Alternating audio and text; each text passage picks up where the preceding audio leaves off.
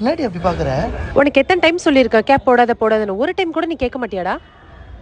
அப்படி இல்லை சுதா, கேப் போடலன்னா ரோட்டில் போகிறவங்கள ஒரு மாதிரி பார்க்குறாங்க. குழந்தைங்களாம் அங்கிள் சொல்கிறாங்க, ஏன் தாத்தா கூட சொல்கிறாங்க. அதான் கேப் போடுறேன். யார் என்ன சொன்னா என்னடா? இப்போ நான் ட்ரெடிஷ்னல் ட்ரெஸ் போடுறேன், at the same time modern ட்ரெஸ்ஸும் போடுறேன். அப்பயும் எல்லாரோட பார்வையும் ஒரே மாதிரி தான் இருக்கு. அதுக்காக நமக்கு பிடிச்சதை நம்ம பண்ணாமல் இருக்க முடியுமா? நமக்கு பிடிச்சதை பண்ணுறதுல தான் தனி ஃபீலே இருக்கு. நீ சொல்கிறது கரெக்டு தான் சுதா, ஆனால் நீ சொல்கிறது வேற, நான் சொல்கிறது வேற.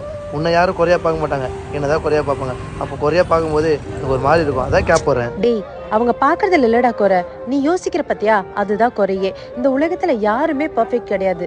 எல்லாருக்குள்ளேயும் ஒரு குறை இருக்கு. அந்த சின்ன குறைய பெருசாக்காம இருந்தாலே அந்த குறைலாம் கண்ணுக்கு தெரியாம போயிடும். நீ பேசுகிறப்போ செம்மையாக தான் இருக்குது. என்ன ஏற்றுக்க தான் முடியல. உனக்கும் இப்படி இருந்தால் நீயும் இப்படி தான் யோசிப்பேன். ஆனால் எங்களால் ஒரு இடத்துல கம்ஃபர்டபுளாக கூட இருக்க முடியல.